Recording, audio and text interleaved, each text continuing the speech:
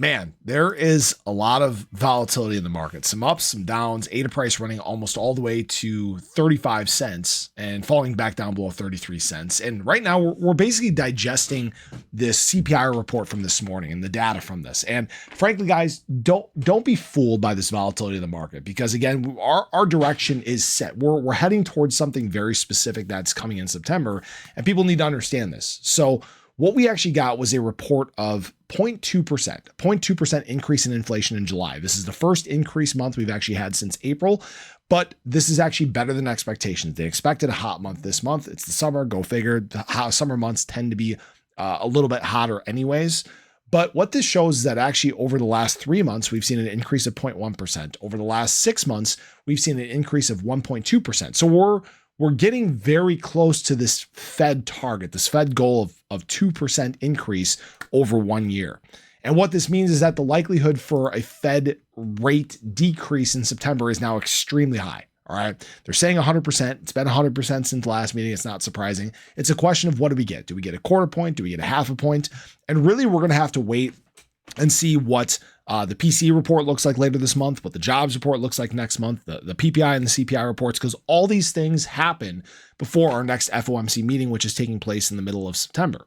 Now, this is good news for alts. This is good news for ADA, because this confirmation of us getting an interest rate decrease in September, what that means is less pressure on the lower and middle class in the US. It means that people, again, get a little bit freer with their money. A lot of this fear and uncertainty that we've dealt with over the past few weeks here, and frankly, even some of the months as we've dealt with still high inflation numbers and the Fed not changing their policy, not pivoting at all, it's going to change. All right.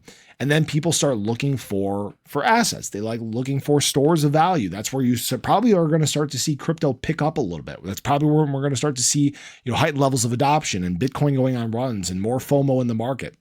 Frankly, right now, what we experienced this morning was us getting into probably some long liquidations, people setting up longs in the market on the new inflation data that we received, and then some big sells causing long leverage liquidations. Wouldn't surprise me at all. And then now we're working our way back up. It wouldn't surprise me if we see something happen to the opposite side, because guess what?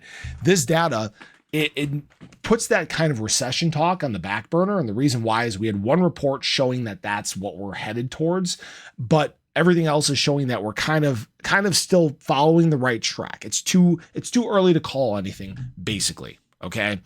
Now, what we'll likely see this week is a continued buying of institutional money. We'll probably see some sentiment pick up. I talked about, this being the thing that confirms our direction for the week.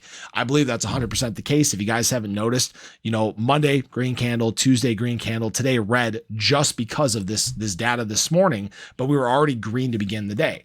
So it wouldn't surprise me, because we're gearing up for some very exciting changes from an economic standpoint. We're gearing up for some very exciting changes from a crypto standpoint. These are all happening at just the right time for ADA, while it's really hitting full stride, while Cardano is undergoing its biggest change to date. So I appreciate you guys as always. I hope you enjoyed the video. Let me know your thoughts on this data below, but have a great day. I'll catch you in the next one. Take care.